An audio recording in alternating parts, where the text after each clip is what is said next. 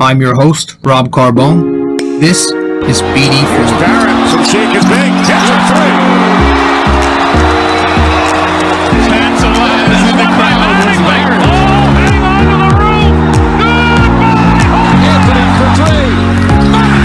That one goes down. Gotta put 4 fingers up when Torres comes to the plate. The ball.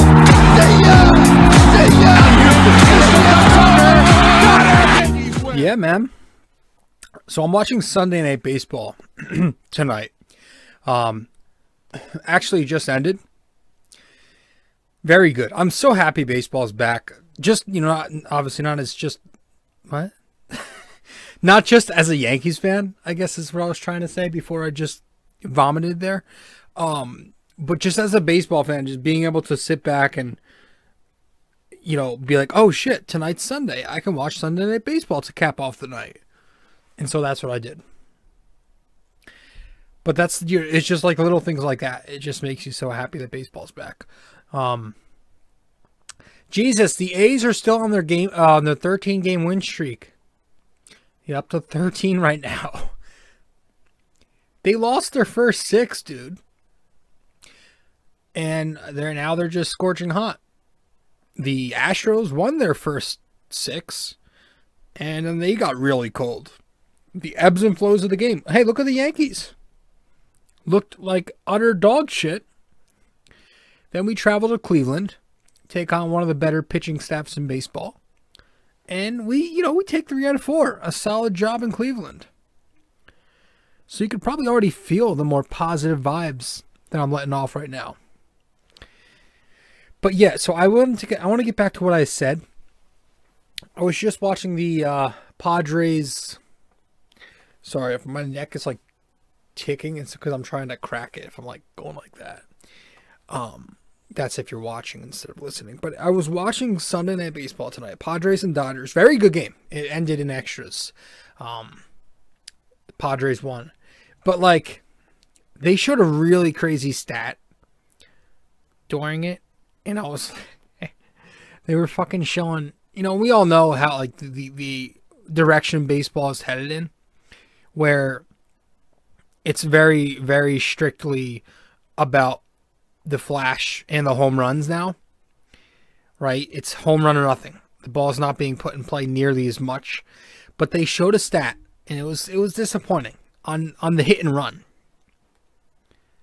and how rapidly it's regressed on a year-to-year in terms of the amount of times teams attempt it. I don't remember the number off the top of my head, but I saw it. And in 2016, I want to say it was 560 something. Then it, you know, spiraled down to like 300, 200, 100. Last year, shortened season, 60 something, but it was on pace across the full season to just be 145 or something like that. Like, it's rapidly declining.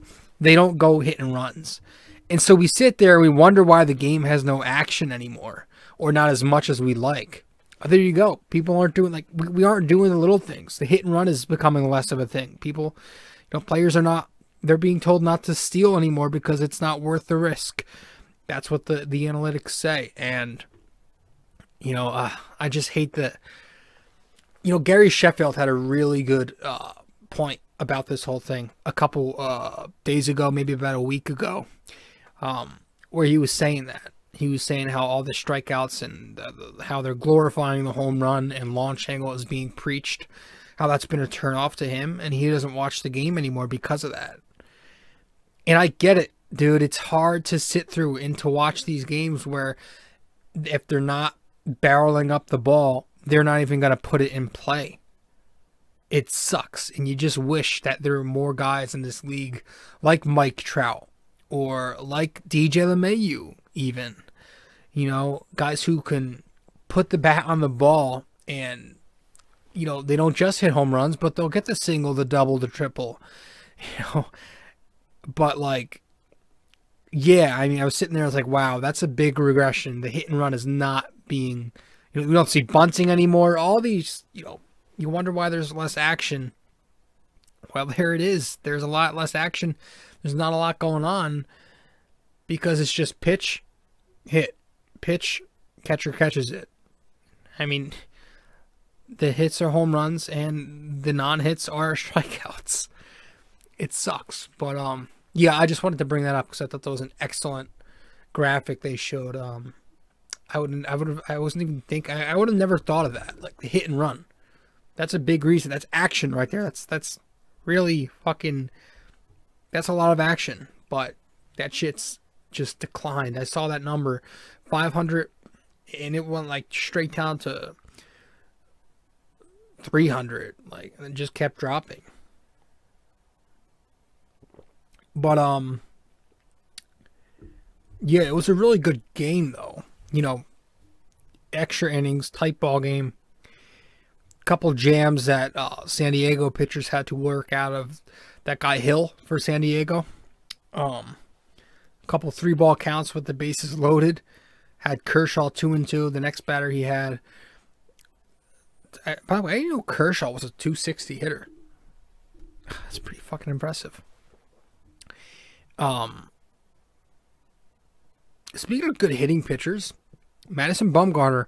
Now he's a good hitter, but today or tonight he threw a no-hitter. He threw a no-no across 7. It was a shortened game because they had a doubleheader. Versus Atlanta, though. He goes 7 innings strong. And Atlanta had just 1 hit in the previous game.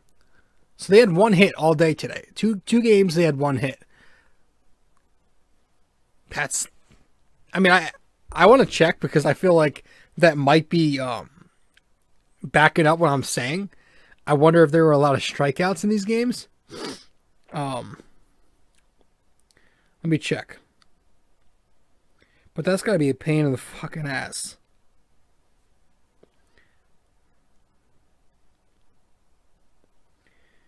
Mad Bum, man. I wanted him a couple years ago when he was like, you know, still very good. I don't know what he's doing this year statistically, but hey.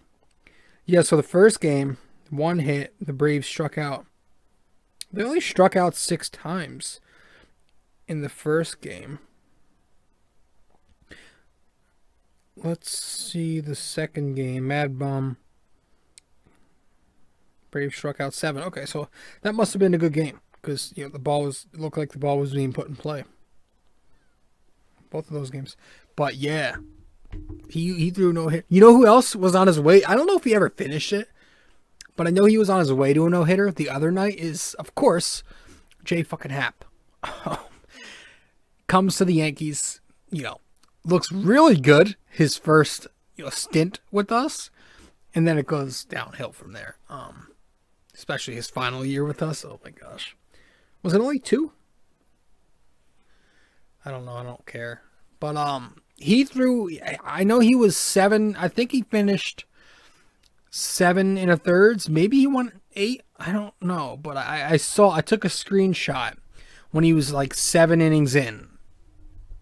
And I sent it to all my buddies, and they were just enraged because, you know, it's the typical, you know, kind of follows that narrative that you leave the Yankees and you go have a career year, right? Like you look at guys like Happ, you look at guys like Pineda, his 3 seasons with the Yankees were the 3 seasons where his ERA was at its worst. And you look at every year outside of his Yankee career, he's been better. Shit like that just makes me so mad. And here we are, struggling to get 5 innings outside of Garrett Cole. Forget 6. But yeah, I saw that. J Happ going no hits across 7. I forget who it was against, but I don't care. But at least the Yankees have found something. They have their first 3-game win streak this series. They took the first 3 games at Progressive. They, you know, we finally saw some decent baseball, right?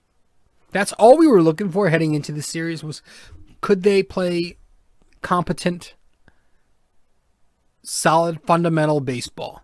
And, you know, to a degree they did. At least much better than they were, you know, in the few series heading up to this Indians series. They played good. They took 3 out of 4 at Progressive, which, you know, would have liked to take that 4th one. Boone, though, you know, he loves his random relievers, so kind of made it tough to sweep that one. He opted for the great Nicholas Nelson. But I like the Yankees' approach to this. They adjusted their, you know, they changed their approach offensively. They weren't just doing, you know, taking everything in the zone and chasing those breaking pitches out of the zone. No. They took a different approach. They were swinging at pitches inside the strike zone. They were making hard contact. They were barreling up the ball a lot, getting into deeper hitters counts. You know, the at-bats were better. So the homers, you know, the home runs are starting to come, which is good. That's a huge sign to take away from this series as we started hitting the long ball a lot more. And that's who the Yankees are, right? Listen, they're not going to go out there and they're not going to hit you 300, right? And that's my issue as far as October goes. That's a big reason to why they're going home every year in October, is because being that they don't have the greatest starting 5, they need their lineup to be impeccable. And their lineup is very hit or miss. It's not a lineup that is like the Houston Astros when they were on top of the world and, you know, they were able to mix power with contact, or the Boston Red Sox when they won the series, you know, or even the Dodgers. You know, they had a great staff, and the Rays got there because they had a great staff.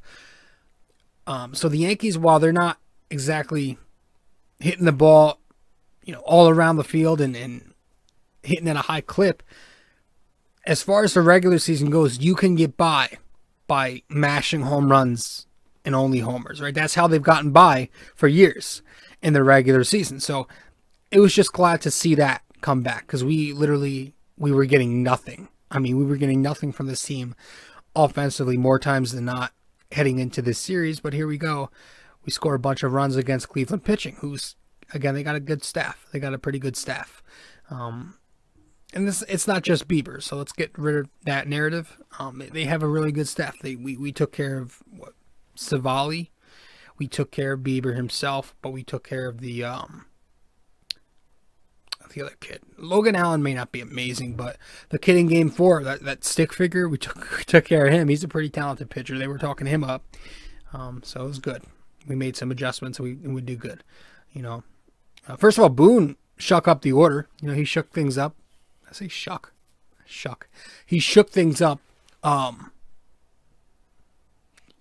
Yeah, it was different. You know, we had some different protection around Aaron Judge, and Stanton, and we also put those two in different spots. You know, we were doing a little bit of everything. You know, Judge was in the 3-hole, Stanton in the 2-hole, you had DJ in the 2-hole, Brett Gardner leading off. You know, it was some different things. I like to see him. I liked it, you know, because the Yankees are usually so hell-bent on putting Aaron Judge at the 2. I like to see them, you know, a lot of people think he should be 3rd. And so it was nice to see that change. Took him long enough, but hey, it only took a 7-11 start to the year at the time to make that switch. But it was a good series. You know, Odor providing some sparks. He had some homers. He pimped him. Stanton coming alive. You know, he had some homers, hitting the ball hard. Torres, you know, obviously in that Game 1, he responds from that nightmarish game against Atlanta where he wasn't hustling, and, you know, Boone called him out on it a little bit. So it was a good, solid series to take 3 out of 4. That's the way you want to do it. And so we had to, well, we'll jump ahead later, but let's, you know, we're going to recap this series. It's a 4-game set, so it's going to be, yeah, I'll try to make it as short as I can, but we'll see. We'll break down the series. We'll talk about what we need to talk about, and yeah, that's pretty much it. I mean, I'm not going to try and complain, because again, they showed signs of life. They showed signs of life, and that's all we were asking for. So, all right. So, before we head to our first break, I want to welcome you guys to the show. Thank you for stopping by. I am your host, RJ Carbone. Welcome to the podcast. Welcome to BD4. This is episode 238 of my podcast. So if you haven't yet subscribed to BD4, where there's no better way to get your Yankees and Knicks analysis, we do episodes every series as far as the Yankees go, and we do episodes, an episode after every 2 games as far as the New York Knickerbockers go. So be sure to subscribe to us. Yeah, if you haven't subscribed to us, be sure to sub to us on, your usual major podcast feeds, iTunes, Apple Podcasts, Spotify, SoundCloud, Anchor, which is our sponsor.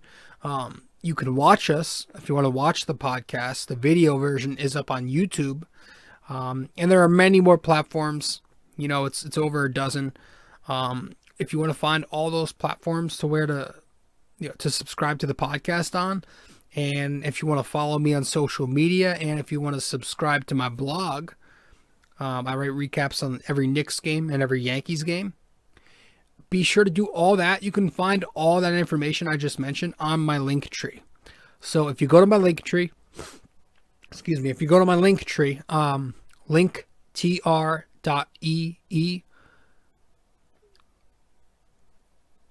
/ RJ Carbone. Sorry, I'm fucking drawing a blank here. Actually, we're going to head to our first plug anyway, so you'll get that information right there. And when we get back, we'll break apart this series and talk about it all. All right.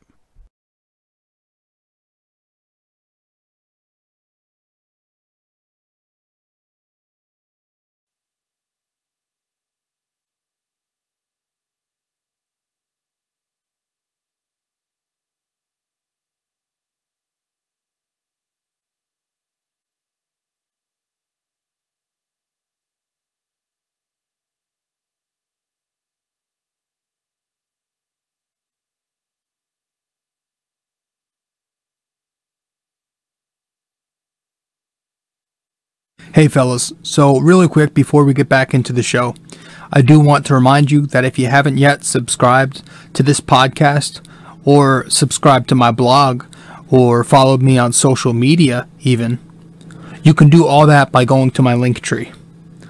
Just go to linktr.ee / RJ Carbone. That is linktr.ee / RJ Carbone. Guys, thanks so much. Let's get back to the show. So you rewind a little bit here. It's 4-game series are so annoying to recap because even though it's just one extra game, it's 9 more innings at least. So it's like you have a lot to remember. But game 1 we took the 6-3 victory. Remember, you had Domingo Herman versus that kid Savali. Hopefully I said it right. And it didn't look great to start. It did not look great. The bottom of the first was a nightmare. You had a defense. The Yankee defense was just, again, it was ugly to watch. You had Brett Gardner and Mike Ford letting a few balls drop out of their gloves. Clint Frazier letting a runner advance. Domingo, he booted one. Oof. And you look up and it's 3-zip Indians once Naylor slaps that RBI single. And there you go. I mean, it's fucking rough start. Fortunately, the Yankee bats, again, they came alive this series and it didn't take them long. The top of the 3rd inning against Savali. I should know this. I'm fucking Italian. But, yeah, DJ LeMahieu, the RBI single. Yeah, Gleyber Torres with a 2-run single. And just like that, it was a 3-3 tie ball game. The game after that, it was knotted for a bit. It was knotted for a while. I think until the 7th inning. Top of the 7th, you had Rutan and Odor getting that 2-out, 2-run single to break the tie, providing that spark. Eighth inning, Higgy takes one 420 feet. This puts the Yanks up 6-3. And that was it from there. Again, the bats were good. He had 6 runs on 11 hits. They were a solid 4 for 12 with runners in scoring position. And they had 10 strikeouts, the Yankee bats, but they did walk 9 times. So you combine the 9 walks with the 11 hits and, it mitigates the deficiencies there. Again, Gleyber Torres, a nice 3 for 5 bounce back from that horrid game against the Braves. And, the Yanks shaking out the lineup. They had Judge 3, like I said, DJ 2, and Gardy leading off in this one. Mike Ford in the fucking cleanup spot. Pretty gross. But, hey, anything to if you need to get wacky with it, go ahead. If it means this team's going to wake up. And they did. Domingo, finally, giving the Yankees, the Yankees finally get a sixth inning start from somebody. And Domingo Germán called back up the night before. Goes and he does his thing. After that first inning, he ends up pitching 5 effective innings. So he goes 6 strong, 2 earned runs, and he strikes out 6 along the way. Command was kind of off. He didn't have the greatest command even after that first inning. He got some luck, but he worked through it. He managed to get out of any jams. And he looked strong otherwise. He found his rhythm as the game progressed, and he retired his final 2 batters via strikeouts. So just good to see a quality start in there somewhere. So that was something we very much needed. And then they went with, I think Boone had Lasagna, he had Chad Green, and then he had Chapman to close it out. Each of them were pretty flawless. 3 innings combined, no runs, 5 Ks. That was game 1 of the series. Now we get to game 2. Montgomery going up against Logan Allen. And again, we get off to a similar shit start. You had the first inning. The Yankees strand DJ LeMahieu in the top of the first. Then you have Montgomery go out there in the bottom of the first. He walks 2 batters in a row after he gets the first out. Then he surrenders an RBI double. Then an RBI 6-3. And then he gives up an RBI single to Ahmed Rosario. And it's just like that. It's once again 3-0 Indians after the first inning. But the Yankees, again, they punch back. Hicks, the solo bomb. A few batters later, Odor, a 2-run bomb. Game is tied. The Yankees punch back. Ha ha ha ha. Get it? Odor, and they punch back. Third inning, Stanton going deep off Allen. Makes it 6-3. Oh, no, I'm sorry. He makes it 4-3 Yankees. And then Stanton goes deep again off their bullpen. 5-3 Yankees in the 5th. From there, it's Litke, O'Day, Green, and Chapman for 4 1/3 shutout frames of baseball. So 2 solid wins, 2 very solid wins to start the series, climbing back from early 3-0 deficits and managing to pick up the victory. You had Stanton, 2 hits in the second game from that 2 spot. So he led the Yankees in that category. The Yankees only had 6 hits, 4 walks. But, it wasn't a huge day. Not a huge offensive performance. Just 7 strikeouts, which was good. They only put 4 runners on base. They only left 4 runners on base. And they didn't get into any runners in scoring position opportunities. So they did what they needed to do to win. So, Montgomery was good. He was working through it pretty good. After that rough first inning, he found a rhythm. He didn't have his best stuff. He was missing high with the heater. But he grinded through it. And despite that 37 pitch first inning, he managed to do enough, for the rest of the way. So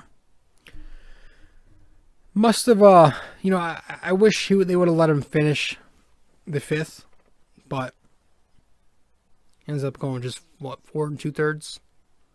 just the way it ended. It sucks that his day had to end after Torres, due to Torres not being able to make a play defensively. And it's also interesting because Aaron Boone went with the lefty Lucas Litke to face Reyes. So it wasn't, it's not like it was a matchup thing. It was lefty on righty, and Franmil Reyes, I'm pretty sure he kills lefties. So I don't know what that was. I don't know that decision. I don't know what was behind that decision, but didn't hurt the Yankees. So nonetheless, Montgomery, did his job, and they took him out, and he was pretty pissed off. You could see he was visibly upset. Walking to the dugout, he was not happy that he was pulled. But again, the pen gets it done. Litke, O'Day, Green, Chapman, flawless, and the Yankees win. That was game 2 of the series. Let's head to break. When we get back, we'll discuss games 3 and 4.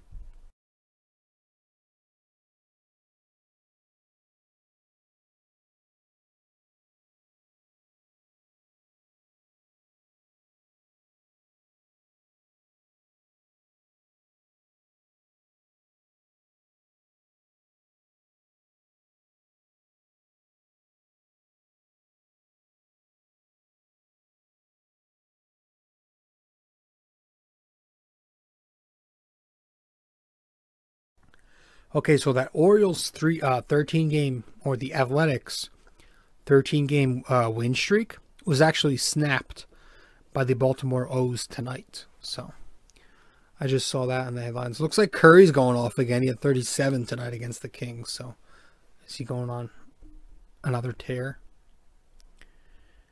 All right, game 3. Yeah, game 3 was the Yankee ace. You better win this one. You got to win cold days, right? You had Garrett Cole versus their ace, Shane Bieber. It was a great game. It was a great, solid pitcher's duel. I liked it. Both pitchers duking it out, and you had 2 of the top guns in the game, just going mano-y-mano, powering through these lineups. And Yanks kind of let Bieber off the hook in that first. Was it the first inning? They put 2 on with 1 out, but they let him off the hook.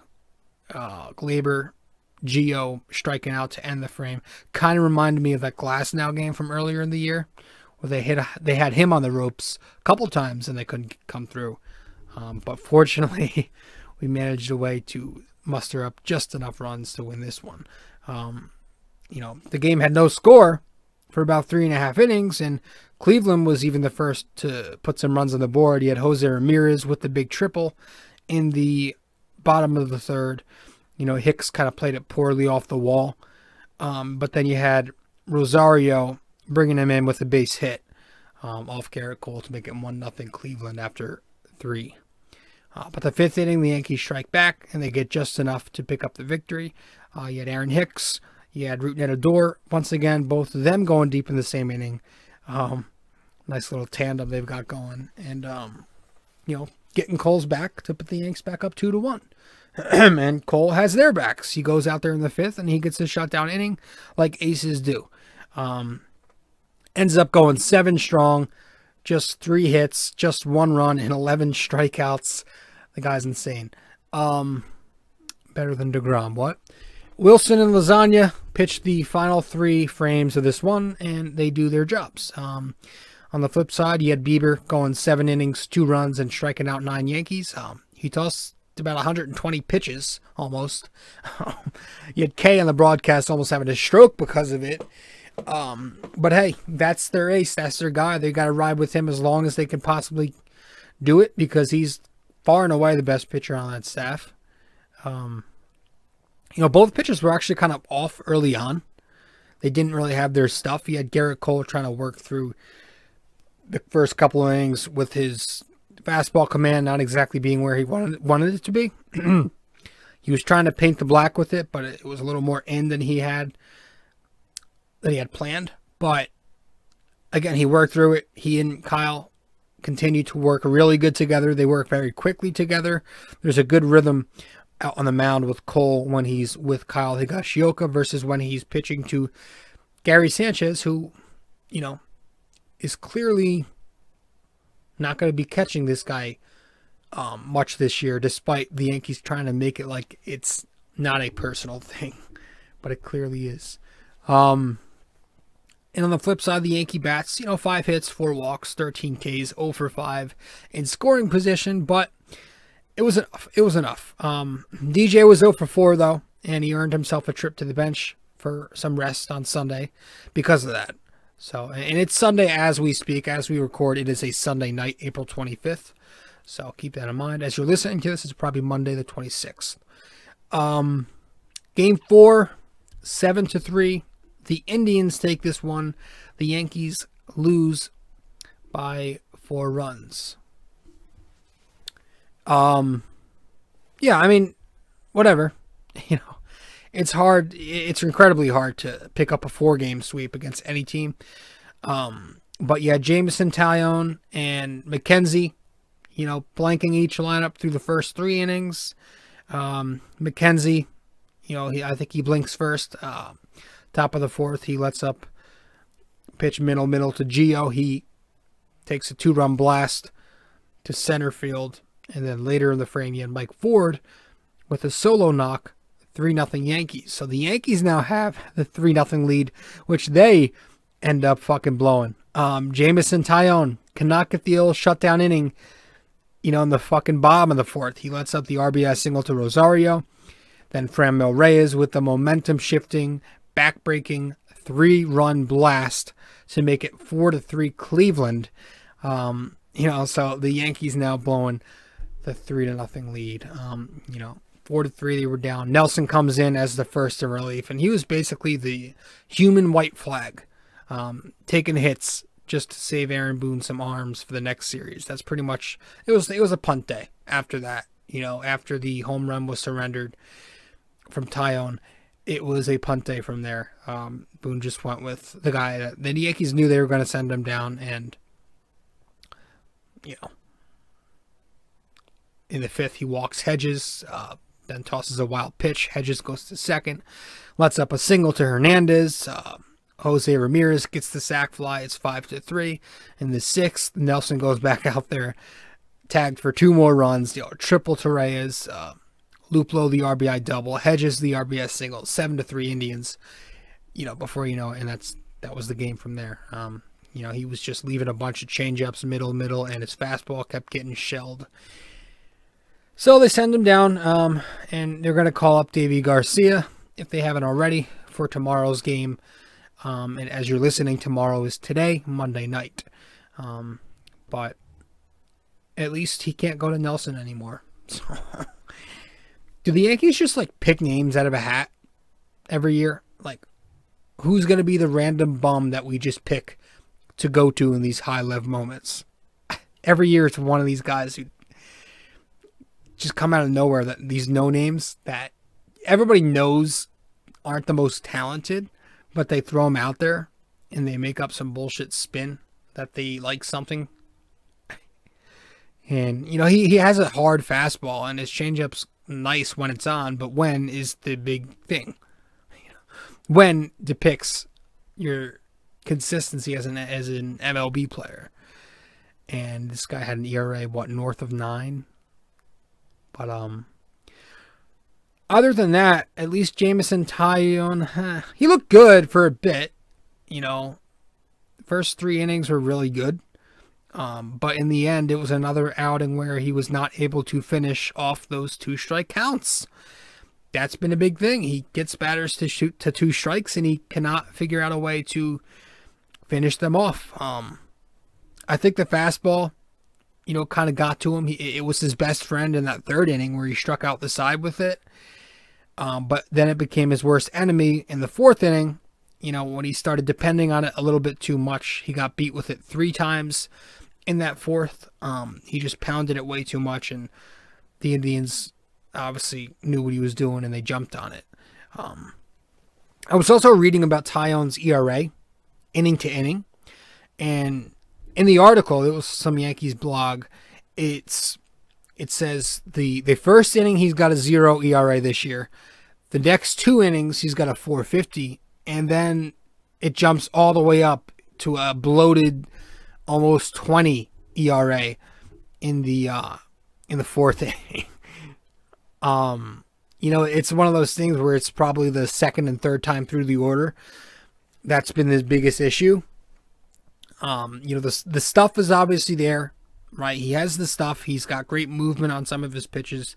The velocity's enough. He has control. 21 strikeouts, 2 walks through 21 and a third innings this season.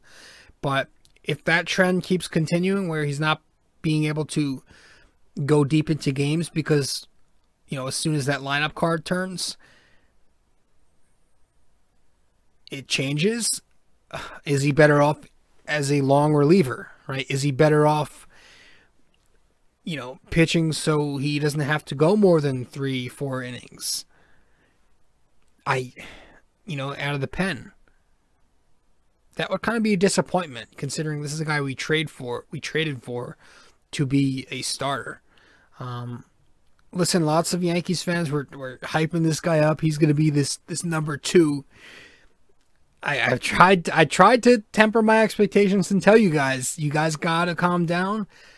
This Taillon guy is coming off 2 Tommy Johns. If we're looking at it realistically, he'll probably be a 3 at very best. But I'm going to go ahead and say somewhere in that 4 range. And that's kind of our issue in the rotation, right? We've got Garrett Cole and we got a bunch of 4-5s, I mean, we have guys going out there like Montgomery, he's a perfect example. Now, he's been okay, right? He's been average. He's going out there. He's giving you these outings where he's, 5 innings, 3 runs, 6 innings, 3 runs. And we're looking at them, 4 innings, 2 runs, Kluber, we're looking at all these outings where they got very mediocre, average, maybe slightly above average lines at the end of their days outside of Cole. And we're like, oh, at least they kept them in the game. Like, we're not supposed to be saying that about every single one, about 4/5 of our staff. Saying he kept them in the game is something you're supposed to say about your number 5, not your number 2, 3, and 4. And we have to say this shit, everybody outside of Cole. We have to try and spin it into a positive because this rotation is not very good. I'm hoping that Deivi can go out there tomorrow and do his thing. Does Deivi eventually take a rotation spot over somebody like Taillon? I don't know. Maybe Kluber flops and Deivi starts trending upwards, we'll see. It's I really want him to throw. I really like Deivi. I loved what I saw from him at the end of last season. He's going up against Matt Harvey tomorrow night too. Matt fucking Harvey. I hope there's no, BS pitch limit for him. That would be annoying. But I liked what I saw from him towards the end of the last year. I don't think the ERA spoke all. It was like a mid-4. Because if you watched his outings, he's had a lot of very good ones, but the 1 or 2 bad ones were really bad. But he showed really good poise out there. He looked like he was just so used to the game. He had a very good curveball, if I can remember. The fastball wasn't like a fucking Chapman fastball. It was 93, maybe 94, kind of like most of our guys outside Cole. But it had a lot of life to it, and he looked like he was poised. He was ready to take that next step, and I was very disappointed when at the start of the season we find out he's not going to be in the rotation. So hopefully tomorrow he goes out there and he gives them an outing which turns heads, and maybe the Yankees consider keeping him in. But I have a feeling after his outing they're going to send him down, because it's kind of been the trend. They send their guys down after their efforts, and then they call them up when they need them. But we'll see. I hope he does well. We're going to see him start tomorrow.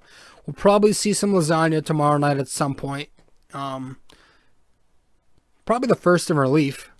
I love what I'm seeing from Johnny. I really do. I think he's been very solid. He's been very fucking solid. He's,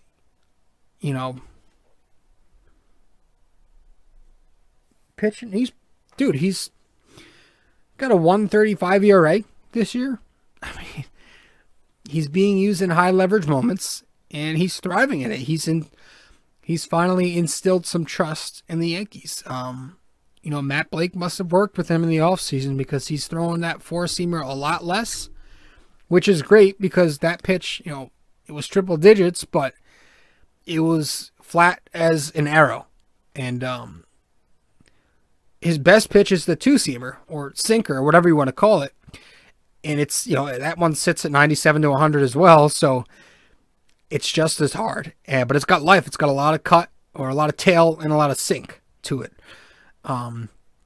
He looks good. He looks filthy. He's even flashing that changeup too.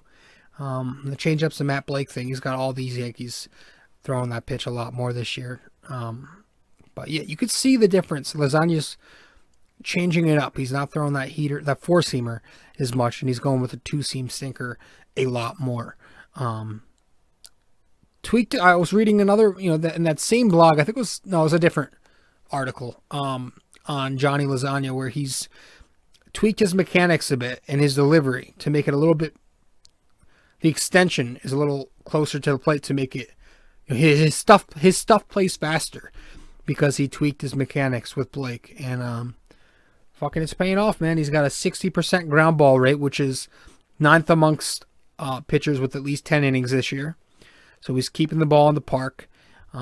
He's 10th in strikeout to walk amongst relievers, which very good. Cut down the walk rate to 2.2, a 26% K to walk ratio there. But yeah, he's 13 in the third innings, 2 earned runs, equating to a 1.35 ERA, 13 strikeouts, and just 9 total base runners. So I loved him. I really like what I'm seeing. I did not think he would. I don't know. He's always been up and down. He's never been able to figure it out. He's always been an enigma for the Yankees. But last year he had a better season. It was his first year where he actually looked like he could be a part of this team. But this year, he's, again, pitching these high-level moments, and he's thriving. He's been able to get the Yankees out of these jams, and he's been able to give them these quick innings, and love what he's done. And the pen overall has been very strong. They got the best ERA in the game at the moment, and they're overachieving to my expectation. I really did not expect this so far.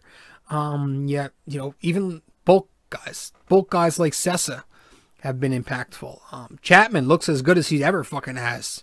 Did not expect that. He's, the velocity's in triple digits. He's using that splitter.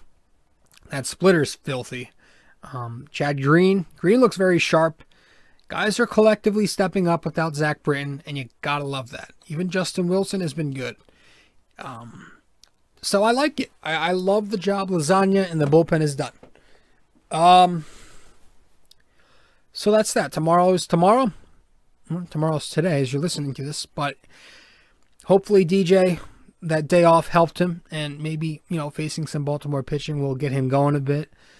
He's still not, he's still not really in rhythm right now. He's still kind of out of it. The timing is very off. He's on top of everything. He's early on everything. Just generating some weak ground ball contact.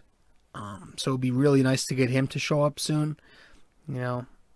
I was looking around because, I always overreact, but I started looking up his career numbers on Baseball Reference, and I'm like trying to nitpick at things so I can overreact because that's how pessimistic I can be when I get into these zones. And I'm like, oh, I hope he doesn't end up like he was in Colorado where the OPS hovered around 700 a few seasons. And, is it that crazy? I'm like, oh, no. But if you think at it from a realistic aspect, he's thrived as a Yankee, and he's, in Yankee Stadium. That has helped him a lot. And I really think that he'll get back to his norm eventually. But I can't help but to be a little frustrated with it right now. And I don't want to say worried, but I'm a person who always has to believe it until I believe it when they see it. No matter who, no matter what. I just need to see it. That's what's wrong with me. But I'm hoping he gets it going soon. The Baltimore Orioles are not a good fucking pitching staff. They're not a good team. So hopefully we can take care of the Norfolk Tides and DJ can get back on track. I wonder if Hicks is going to be back tomorrow. He was sitting out today because of the back injury. Those usually take a bit, but we will see. Maybe Talkman will play some center field. I like what I saw from Hicks. From Frazier, to a degree today. This series, he was pretty good in terms of his plate discipline. He had 5 walks in the series, so he was at least, he's not been swinging the bat at all this year, but he's been striking out looking. So it's good to see him walk. If he's going to look at these pitches, he's walking. I don't know. He made a nice athletic play in the outfield today. Probably didn't need to dive. Probably could have just kept running because he's athletic enough to where he could get there. But good for him. I think Luke Voigt is close. He went to the alternate site earlier today. Maybe sometime from early May to mid-May, the latest. I'm hoping mid-May. Mid-May will be the latest. Got to get this key cog back into the lineup, man. Oh, Andahar. He's off the DL. He's now headed to the alternate site. So maybe at some point we see him up here. I don't know. If the lineup goes back to sleep and we need to shake things up again, maybe we do see some Miggy. It'd be nice. The guy was on path to be a really good player. Now it's very unfortunate. He's not even part of our future, it looks like, at the moment. It's so sad to see how that... Oh, my God. Because he was the one who did that to Jury. Remember Brandon Jury? Brandon Jury was the fucking third baseman a few years ago. Then Miggy took his spot, turned heads. Now Gio took his spot, turning heads. It's really sad because everybody fell in love with Andahar. Man. But it hasn't exactly been great for him. He's gotten limited opportunities but hasn't produced. And the Yankees have no room on the roster. It's a logjam. So we'll see what happens there. He's back. He's on the he's off the DL, but he's back with the alternate at the alternate site. So yeah, man. We've got the Orioles for 4 games. The Tigers for 3 games after that. Got to look at these 2 series and, ask for 5 out of 7, 6 out of 7 would be my preference here. Nothing worse. Nothing worse than going 5. Don't go any worse than 5-2. 5-2 against these 2 bottom feeders should be the absolute worst you can do. But yeah, that's what I hope we can somehow find a way to sweep one of these teams. And we're going on a stretch for about 2 weeks where we're not going to have an off day. So prepare for that. So that's it. I think we're going to end this episode early. I don't fucking have anything else to add. It was a good, solid series to get, some kind of confidence. Losing today sucked, 9-12, but again, the 4-game series in Baltimore, if you can figure out a way to sweep them, again, sweeping 4-game sets is not easy, but if you can, the Yanks would have themselves over 500. So baby steps, right? That's the first goal. We want to get back to 500. And then once we get there, we try building our record back to where it should be, that 60% range. Right now we're below 500. So if we can get to 500, work from there, try to get 5 games above 500 and so forth and so forth. That's what we're going to try and do. So right now, 9-12. Got to look at the standings to see where we are. I still don't think we're very far off from Boston at the top. Last I checked, we were 3 behind, but that was before today's loss. So I'll have to double check there. So we're going to head to break, and when we get back from break, we'll wrap up this thing. And, yeah, we'll get to the question of the day. Be right back.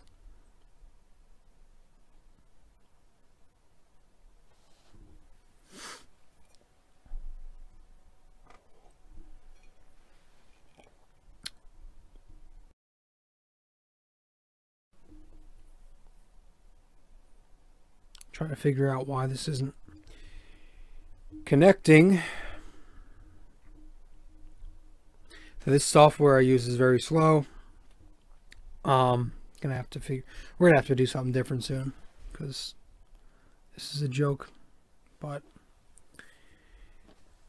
man, this is fucking bad.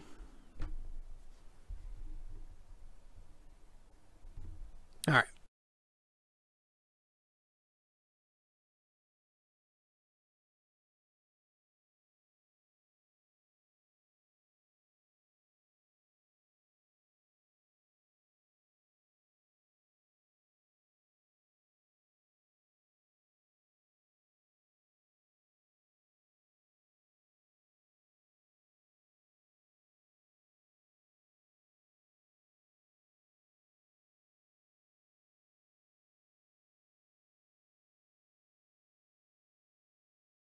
Hey fellas, so really quick before we get back into the show, I do want to remind you that if you haven't yet subscribed to this podcast, or subscribed to my blog, or followed me on social media even, you can do all that by going to my link tree.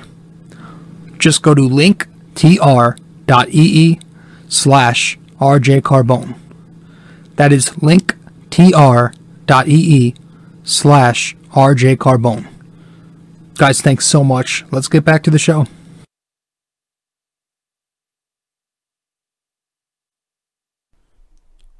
So last time out,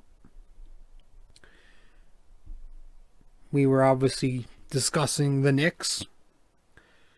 Our NYK question of the day for episode 237. This is episode 238.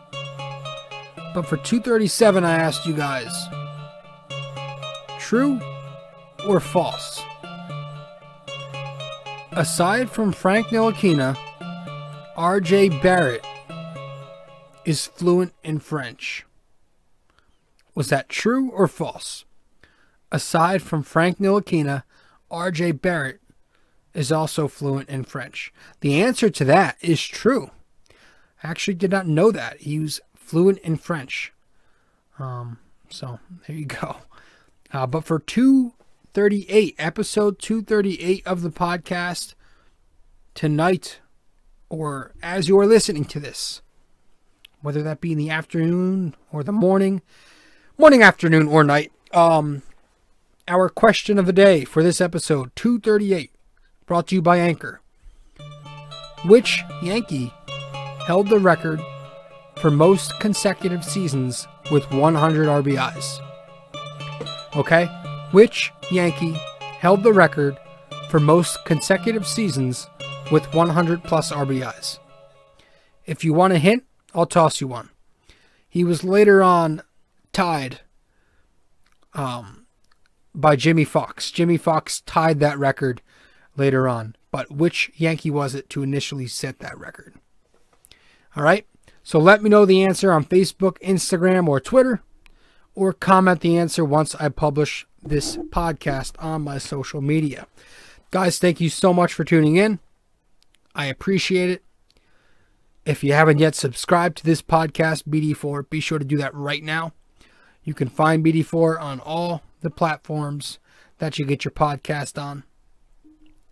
If you want to follow me on social media, be sure to do that. You can do that at Rob J. Carbone on Instagram, at NY Sports Talk RC on Twitter, where I bitch and moan after every single Knicks and Yankees game, during the games too. And you can find me on Facebook, where I also do similar shit, at RJ Carbone. Just type in RJ Carbone in the search box. So, guys, thanks so much. Thank you so much. I appreciate everybody who stops in here and checks these podcasts out. And that's all we've got. So, I'll see you after this next Knicks series. If you're a Knicks fan, I'll see you in 2 games. If you are a Yankees fan, I will see you after this Baltimore Orioles series. And that's that. So thanks for listening. Thanks for watching. Thanks for tuning in to episode 238 of BD4. The Yanks take 2 out of 3 at Progressive. Guys, thanks so much. I'll see you next time. Ciao.